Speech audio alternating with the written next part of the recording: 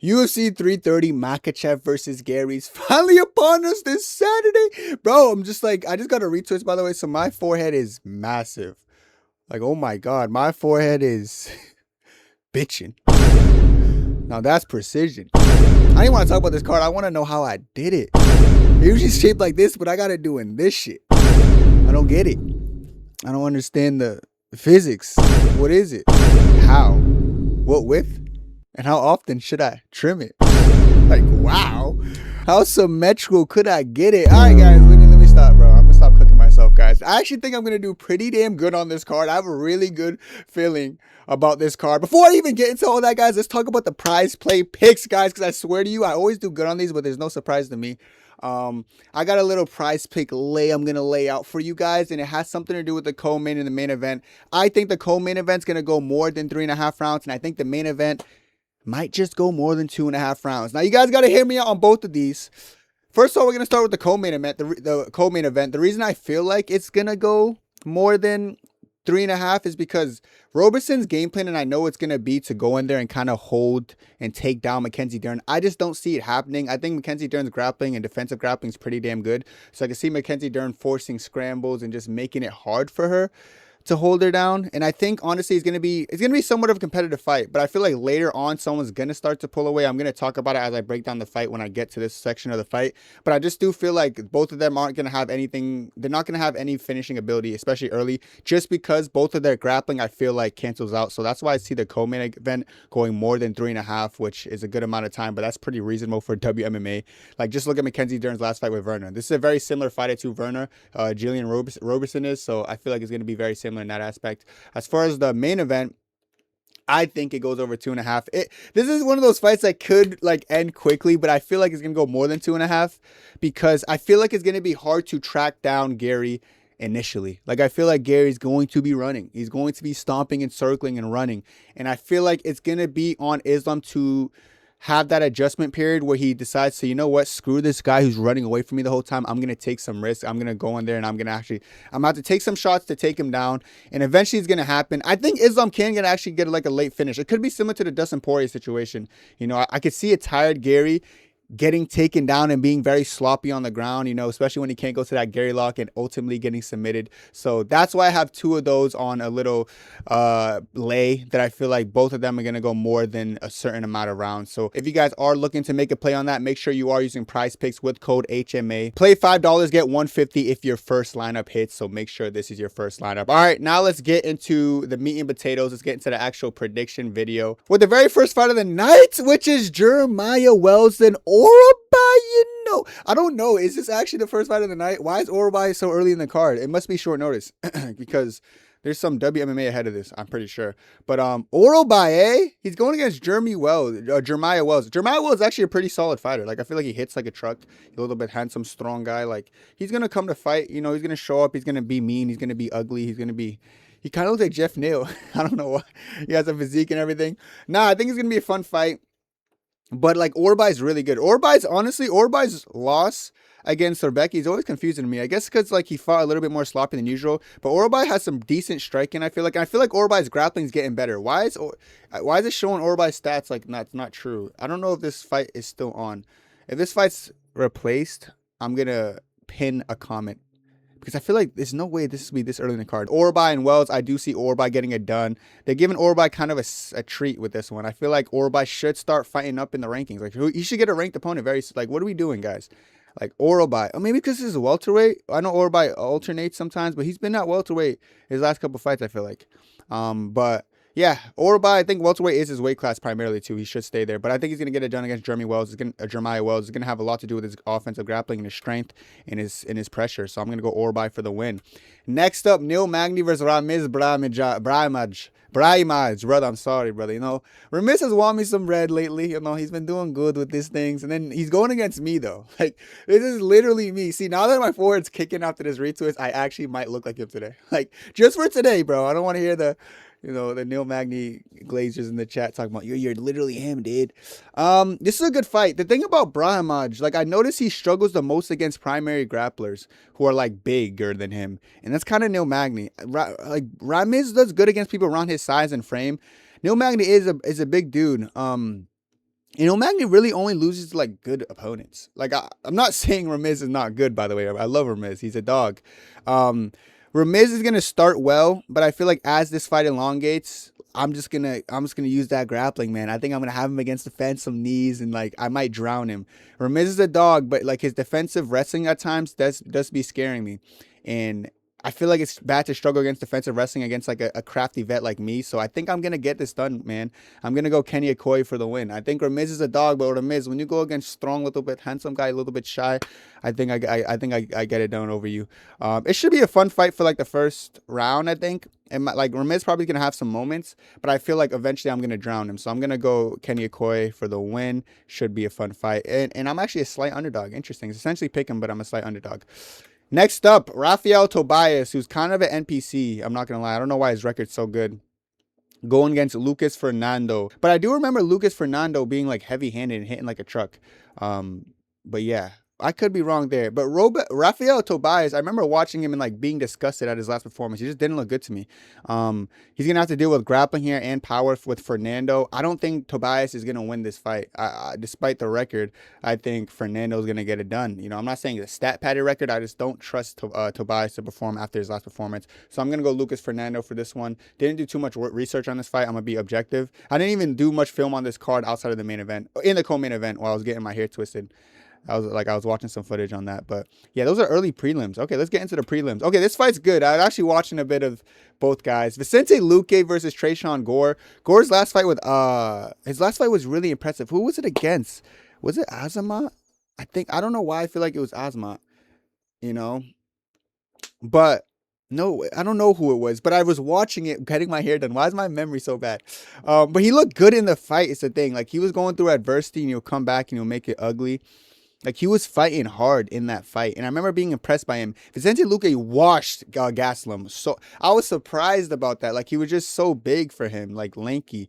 You know, he's going against someone like Gore who's going to be around his size, his frame. The thing about Luque, you can never count him out. He's such a weird one, right? He's literally the definition of a crafty vet. Because you can't count out Luque. You just got to be careful. You know, you got to be careful when you pick. I feel like objectively, I feel like Tresean Gore is the smarter pick. I don't know why I feel like that, but that's how I feel. But because on the feet, but like if you slip or like you make a mistake or Luque drops you, the way he grabs the neck is just so good. So is a Luque subs very possible, or like a Gore by knockout, because Gore could catch him. You know, Gore striking's good. I don't know if Gore's striking's like something out of this world. This is such a hard one. And I do want to go 100% back-to-back. I went 100% last card, but this is going to be the fight that might fuck me up. I don't know, man. Like, Luque is experienced. I feel like he's, like, riding confidence and momentum, but same with Gore. You know, Gore is a fighter. Like, Gore's going to make it a fight. And Luque's offensive wrestling isn't even all that great. It's like how he just finds moments, though. You know, it's not like he shoots a lot of takedowns and actually scores. It's like they'll slip and they'll mess up and he'll grab a hold of their neck, you know. Fuck. And off of that alone, it makes me want to go Gore. Even though Gore gets caught sometimes. And like, yo, Luque has power. Fuck. Dude, Luque has power is the problem. Luque has power, you know. And it's like, is that power going to be troublesome for Gore? Gore always gets rocked. Man, Luque's low-key dangerous. He kind of reminds me of Charles. I don't know why. Not like, okay, that was a weird comparison. But, like, he'll have some good strikes, and then, like, he'll just capitalize on things. Luque also has some good kicks. Both guys do. Luque does pretty good job staying sharp on the feet. He's not a complete bot on the feet. I'm actually going to go Vicente Luque. That might be a crazy one, but I'm going to go Vicente Luque. He's just dangerous. It's dangerous. This is a dangerous one. I'm going to go Vicente Luque. I don't want to overthink it. Fuck it. I might have fucked up, all right? I might have fucked up going with Vicente Luque. But it is what it is. All right. Dante Johnson versus Eric Monaco. Eric Monaco had a good last fight. Who was that against? I literally was just watching. I actually want to figure out who it was against, guys, because I was just watching it. Oh, Rodolfo Ferreira. I do remember that. Rodolfo Ferreira rocked him bad, too, and he recovered. And he recovered and put it on him. I remember that. Yeah, that was a really good performance. I was actually just watching that. And then Dante Johnson. Dante Johnson's good, guys, but he's not as good as I think. I feel like some people think he is. He struggles sometimes with grappling. You know, Eric Monaco isn't opposed to grappling. It's not like his biggest thing, but he's not opposed to it. Dante Johnson's scrappier than Eric Monaco, which I might think it might come down to like who can scrap the hardest.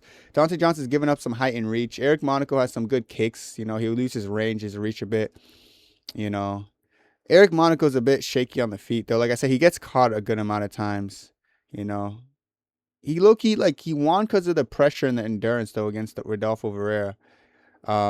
This one's a hard one because I feel like it's always easy to pick Dante Johnson because he's undefeated, but I actually don't think Johnson's as good as some people perceive him to be. I got to be transparent. I don't think he's all that great. He's good, but I don't think he's that great, and I don't think his record correlates to his skill. And I know he recently switched gyms, I believe, to American Top Team. He's been sparring with Strickland and some other good guys. Like, he's good. Is he going to be Eric Monaco or Khalil Rountree's cousin? Or is Khalil Rountree's cousin going to get it done? I hate this card because it's so, like, I think the safer pick is Dante Johnson, but, like, he's going to have to, Monaco does get caught a lot. It might come down to who's more scrappy, and it might be Dante Johnson. But I wonder if Monaco's going to use clinch and wrestling later in the fight. He might, though. He literally might. It might be sloppy. Oh, man. I don't know, man. MCconico, niggas can't even say his name. Khalil Roundtree might be a sneaky one, guys. He might be like a sneaky one to like work the clinch and shit, But like the way he was getting tagged up by Rodolfo was bad. Like he was kind of running into shots and like he wasn't defending the best. To be fair, yeah, he wasn't. But the height advantage. Oh man, this is a weird one. I think I'm gonna to beat this. Dante Johnson's eventually gonna lose. I just don't know if it's gonna be against Eric. I don't want to talk about this fight anymore. I just gotta eat. All right, fuck it. Dante Johnson, safe pick. I don't care. Whatever. We're going safe pick because I don't want to overthink it. Jalen Turner versus Quay Fernandes. Quay Fernandes, leg kick merchant. Jalen Turner retired, came back. Turner's good though. Like Turner's good. This is another Kenny. He shaved it. He cut the dreads though. Maybe I'll do this soon, brother. But I don't think this is the hard of a fight. I think Jalen Turner is just better than him. I think yes, Quay has good low kicks. He and Turner is susceptible to those with his little chicken legs. But like Fernandes boxing is overrated. I just think Turner's the better striker objectively. So I think if it comes down to striking, it's just gonna favor Jalen Turner. Yeah, it's probably gonna come down to striking. The height differential is very important. I feel like Turner uses his reach pretty well. And I feel like he could actually get out the way of some of Quay Fernandes' low kicks and just put it on him. I think it's going to be a striking masterclass. And the BJJ of Turner is not too bad. He rose nicely. He has good submission threats. I'm going to go Jalen Turner for this one. I think this is one of my more confident picks. Like I said, Fernandes is good, but he's never been that great to me. He's been winning, though, but I think Jalen Turner should smoke him. The odds are pretty close, but I think Jalen Turner is objectively a lot better. So I'm going to go Jalen Turner by KO or points probably for that one. Chidi Nojukwani, the Nigerian who jacks the USA, and Joe Alvarez. Two long, lanky strikers. Chidi has some power behind him, but Chidi's also very hittable. Alvarez is good. He has some BJJ based on him too. This is gonna be a primary striking match. I think Chidi's objectively throws more. I feel like he does it more intelligently than Joe Alvarez. Alvarez is good though. He had a tough one. He beat Luque, but he had a tough one against him. I don't know. Alvarez has been looking kind of iffy lately, but Almazov is a dog. I'm pretty sure Almazov rolled him. But yeah, that's a different level of thing. I think Joe Alvarez beats Chidi though. Chidi's good, but he's getting older. He's not as quick as he used to be. He's still a dangerous kickboxer, but I feel like Alvarez can't outpoint him. He's actually gonna be closer than people think, but I think Alvarez should do enough to get Chidi out of there. Maybe not finish him, but beat him by points. Chidi's getting old, so I'm going to go Alvarez for the win there. All right, out of the prelims to the main card, we got Edson Barbosa versus Esteban Ribovics. Ribovics is a dog. Ribovics is good. He's talented. Edson Barbosa is also pretty solid. Barbosa is always going to show up and have a good first round. He's going to have good low kicks. Ribovics is a bit overrated, honestly, but he's not bad. Like, I feel like he's going to probably lose the first round. It's on Ribovics to, like, make the adjustment and, like, get through the low kicks and, like, just be the better striker and maybe mix in some wrestling if he feels like he needs to. And I feel like he actually might shoot a takedown just to, if he's, like, bothered by the takedowns or bothered by the kicks. But I do think Edson's going to start well, but I feel like as the fight elongates, that's going to favor Esteban Ribovics the most. So I feel like he might lose the first, but he wins the last two. Maybe even finishes Barbosa if he catches him clean. So I'm going to go Esteban Ribovics for the win. Ribovics throws. He lets his hands go. So I'm not really going to be worried about him not letting his hands go. He just can't get stifled from the kicks and stay at range against a longer opponent like Esteban Barbosa. But I do think Esteban Ribovics should get it done against Barbosa. So I'm going to go Esteban Ribovics. Mansour Abdul Malik versus Dustin Stoltzfus. Yeah, this is a kind of a cookie for Mansour Abdul Malik, in my opinion, after his recent loss. Abdul Malik's he's athletic, but I feel like sometimes grappling can slow him down and fatigue him. I feel like he's gonna be smarter in this one. I don't know, like maybe less tentative, take some more risk, but he should beat Dustin. If he loses to Dustin, he's officially just horrible. But I feel like he's good, bro. He's good. He's like one of those. He's one of those people who I feel like they have a lot of potential, but sometimes they're their worst enemies with like fight IQ, and sometimes like just better endurance will serve them well. But I think Dustin is just like a cookie for him. Dustin's not very good. You give Dustin people who are like trying to build their name, because Dustin's like I feel like he's on his way out kind of thing. He's not really winning a lot of fights. And I feel like Mansour Abdul Malik needs a comeback. Like he needs this victory or he's going to look like a bot. So I'm going to go Mansour Abdul Malik. I think he's a cleaner striker, more athletic, and he's going to do more and do enough to win. Brings us to the co-main event, Mackenzie Dern versus Gillia Robertson. I was actually, I like Robertson. And you guys know, like, I've always picked her, like, in a recent fight. She's made me a good amount of money. I want her to win this. I was watching footage while, like, getting my hair twisted, and I was like, nah, she's not going to beat Mackenzie Dern. Like, I wanted her to so bad. Kind of similar to the Verna fight. I think Robertson's striking is, like, it looks technical, but it's not that great of striking, honestly. I think Mackenzie Dern looks a lot sloppier, so it's easier to hate on her and say she's kind of garbage because she looks kind of sloppy in her like exchanges, you know. But she actually has decent BJJ. She showed against Verna she could defend well, and even if she gets taken down, she could scramble back to her feet. I think Robertson's better at controlling than Verna, maybe. You know, they're pretty similar. But I just feel like if your game plan is just to take down Mackenzie Dern and control her for majority of the fight, it's not going to work. I feel like when they're standing, Dern's going to have the uglier combos, but they're going to land cleaner. They're going to be enough to get her the victory. So I think, I think it's going to be a scrap on the feet when it's on the feet. And I think it's going to just favor Dern. And then in the grappling is like, Robertson's going to shoot. She might score a couple, but she's not going to do enough to secure a position and just handily beat Mackenzie Dern like she probably wants to. I feel like the championship rounds and stuff are going to also favor Dern because I do think this is going to go more than 3.5, like I was saying earlier. So I do favor Mackenzie Dern in this one. I wanted so bad for Robertson to win. She kind of looked cute, actually. I like her smile, like, listen, brother, maybe 2 drinks in, we're there. But Mackenzie Dern's gonna beat Gillian Robertson. I like her, but she's not gonna. I wish she wins though. I wish I could be proven wrong, but I doubt I'm proven wrong. I think Mackenzie Dern will get it done. To the main event, that whole card was kind of mid, just reading it out loud now that I think of it. But to the main event, I already made my 100+ hour videos. You guys liked that one because you guys saw I was very in depth on it. Yeah, we're going to kind of reiterate everything, you know. I don't want to, like, I already made the whole video on that, so make sure you check it out for a more in-depth breakdown. But, of course, I'm not going to break down everything as in-depth here. But we're going to talk about this a bit. Listen, it's a tough challenge for Islam Makhahcev. I don't care what people say. People are trying to make it seem like it's easy. They just didn't do as much footage as me, and I know they didn't because I'm a weirdo and I do too much sometimes. But it's just that Garry is very smart. He has the best fight IQ I've ever seen. I actually think Gary's up there, like top 3, top 5 fight IQ. Like I think he's up there with like Volk and Islam. People don't understand. Gary's not just good because he's lanky. There's lanky fighters like Prates who will look like a child in front of Garry, and it's for a reason. Because fight IQ, the way he picks his shots, even against Prates, he was shooting some takedowns that were like not scoring or they look stupid or goofy because his offensive wrestling kind of sucks and he's not as strong as he wants to be. But like that, like he will mix it up perfectly. Like I feel like the way he uses his length is great. It's the way Garry lulls you into like I'm stomping on you and I'm circling. He lulls you into this he's circling thing, and then like you have him backed against a fence, and then you think he's just gonna kick and like circle. And then he like explodes into like a boxing combo. And then at the end of the boxing combo, he might throw a knee or a kick or something in the midst of it. And it like always lands. And he's like really good with it. So like he's a rhythmic fighter, but he's like so off rhythm in a way. Not like off rhythm like a DDP, but he'll lull you into like he's just stomping on you and moving back and forth, or like even pressuring you a little bit, stomping, backing you up. And then he'll explode into combos. His boxing is one of the best I've ever seen. You know, I found out recently he started boxing first since he was 7 years old. So he's definitely good for a reason. And I can see the boxing combo and the boxing expertise when he lets his hands go, because he flows really nicely. His boxing flow state's one of the best I've ever seen, guys. Like, I love the way he flows in his striking. So, like I said, this is the first time Islam's not going to have a striking advantage. I've gotten some people mad saying that, because, like, people want me to be, like, just saying things that I don't mean. But, when I said Islam was a better striker than Dustin and JDM and Volk, I meant it.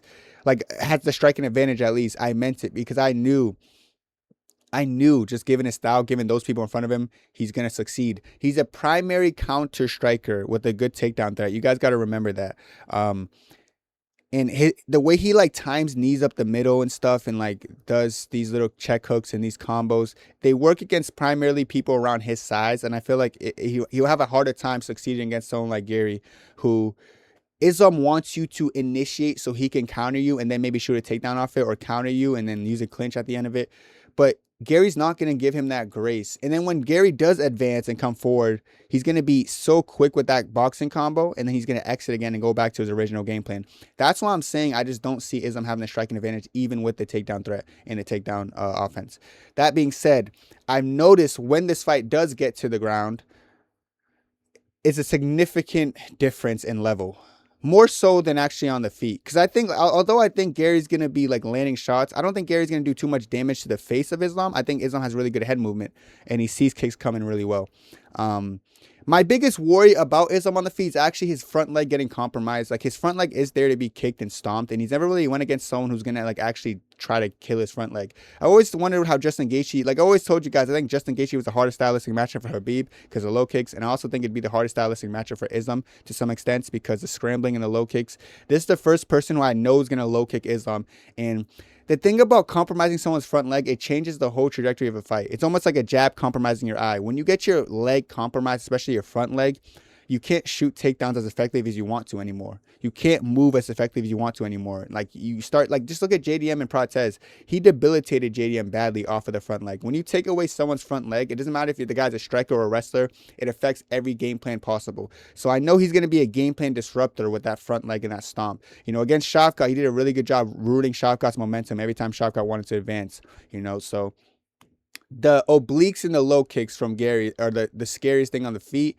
And then for the ground, the scariest thing for Gary is that stupid Gary lock that he does when he locks his leg, guys, around the back of somebody, you know, and puts himself in a bad position. Because I could see him locking the leg against Islam, getting punched a couple of times, opening the guard, panicking, and I see Islam getting an arm triangle. I really think once that fight hits the ground, it's a bigger problem for Gary than the rest of the fight. The thing is, how does he get him on the ground? I kept prefacing in my 100+ hours breakdown that the clinch will win the fight.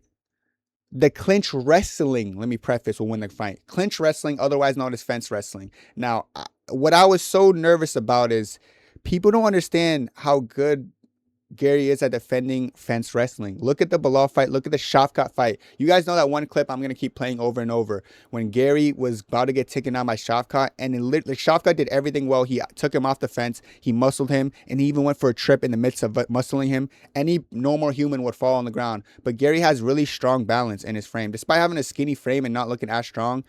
And by the way, I actually heard he was gaining weight and looking a little bit bigger than usual. So that's something to note as well. It's not going to be easy for Islam to just kind of muscle him down on the ground off the fence wrestling. And I know the fence wrestling is going to be what's going to win the fight. Now, I've seen the way Islam fence wrestles. He'll pull you off the fence and kind of do what Shavkat did and like go for some trips. But that's going to actually be hard to score on Gary after seeing the way Gary defends, you know, as well as the fact that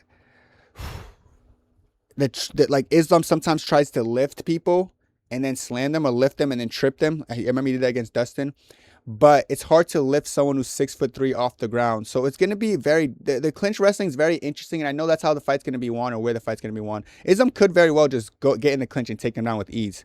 You know, but I do rate Gary's balance. I do rate his skill in defending takedowns with his frame. I do feel like he's difficult. Kind of reminds me of Bekov and, you guys remember Asmat Bekov and Yuzuri Belgori? Like his frame was making it actually harder than Bekov expected, in my opinion, to take him down. And I feel like it could be similar in this fight. Except Islam's obviously the best grappler in UFC history, in my opinion. He has great takedown entries. And as far as like the open mat, I think Islam will do great in the open mat if he can grab a single leg and kind of muscle him down like what Shavkat did. But the thing I feel like Gary actually does pretty good is that he does a good job keeping his hips away and like extending his arms, almost like what Morales does. When those low stances, like the hips are so far away, so it's kind of hard for you to like shoot a takedown unless it's really well timed. So it's gonna be tough for Islam to get to his hips, but if Islam gets to his hip in the open mat, I think it's over. People like used to critique Islam's open mat wrestling. It's great. I don't know what people are talking about. His open mat wrestling is amazing. If he can get to the hips in the open mat, say goodbye to Gary. He's gonna get taken down and I don't know. And then as far as Gary's ability to get up, like I've seen him get up sometimes, but I don't think it's that great. That could be something I'm not giving him more credit for, like his ability to get up.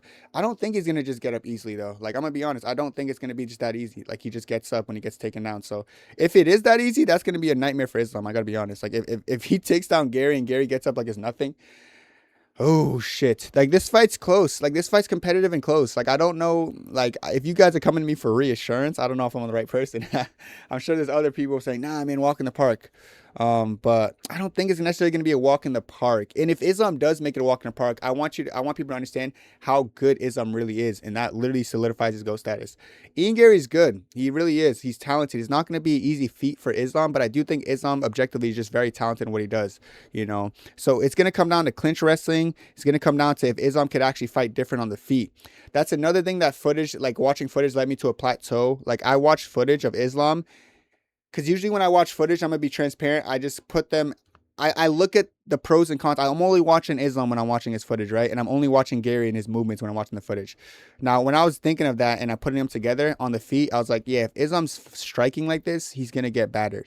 That's what I was actually saying to myself. I'm going to be honest. Like, I was like, yeah, Islam needs to change up the way he strikes. Now, it's actually easier said than done, because when I found myself saying, how does Islam actually need to fight him? Does Islam just need to pressure and throw absurd combos? Not really. Let me tell you what I feel like Islam actually needs to do on the feet. He needs to use his feints more, because Gary does react pretty bad off feints. And Islam has some pretty good feints where he does this, like it's almost like he's like level changing and he baits you into like reacting. He needs to do that while cutting off the ring.